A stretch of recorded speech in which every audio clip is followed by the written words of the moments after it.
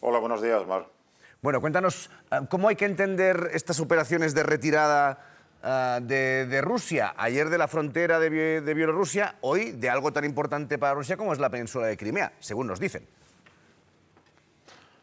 Desde luego, lo que demuestra una vez más que Putin sabe manejar muy bien sus cartas. Recordemos que en la primavera del pasado año estuvimos en una situación similar, es decir, Rusia, que solo tiene en realidad hidrocarburos y soldados y armas para poder jugar sus bazas, ya aumentó el despliegue cerca de Ucrania y luego volvió a desactivar ese despliegue para que posteriormente en noviembre se viviera este crecimiento que hemos experimentado hasta ahora. Por lo tanto, es una jugada que ya se ha repetido más veces y desde ese punto de vista creo que llamarlo retirada todavía es un tanto exagerado. Tendremos que ser cautelosos, igual que lo éramos cuando decíamos que ese incremento de unidades no suponía una invasión automática, también ahora cuando se ve ese redespliegue por parte de las fuerzas rusas, porque a fin de cuentas Moscú entiende que Ucrania es un interés vital y no va a salir de ahí, no va a abandonar su apuesta con las manos vacías. Luego entendamos que ha utilizado hasta ahora y sigue utilizando la baza militar para conseguir efectivamente, como ha dicho Putin,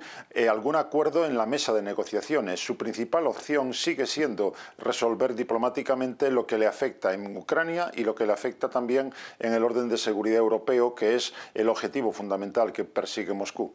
Por lo tanto, José, hay que entender que esto es como un poco buscar ganar tiempo para ampliar, ¿no?, la vía diplomática en un momento en el que parece que puede haber algún pequeño frente de acuerdo.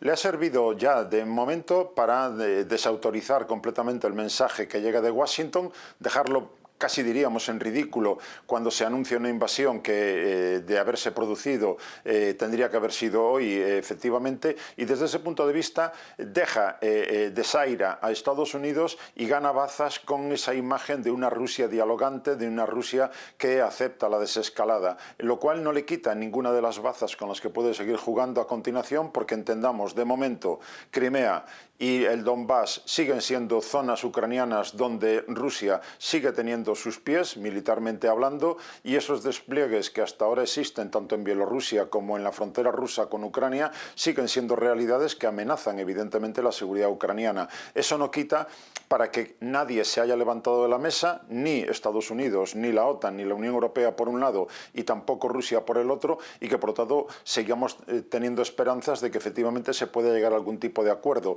Y eso nos llevaría, por un lado, a los acuerdos de Minsk para resolver el problema en Ucrania, fundamentalmente en el Donbass, y por otro lado, para replantear nuevamente ese orden de seguridad en Europa,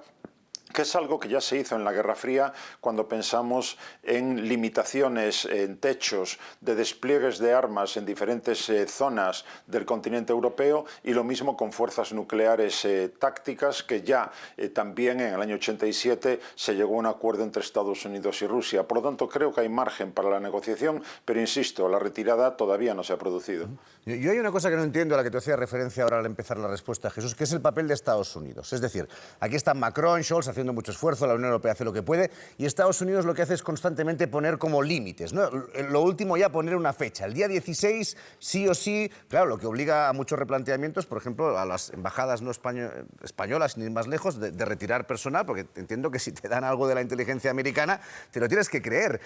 ¿Por qué esa presión tan grande de Estados Unidos en este conflicto?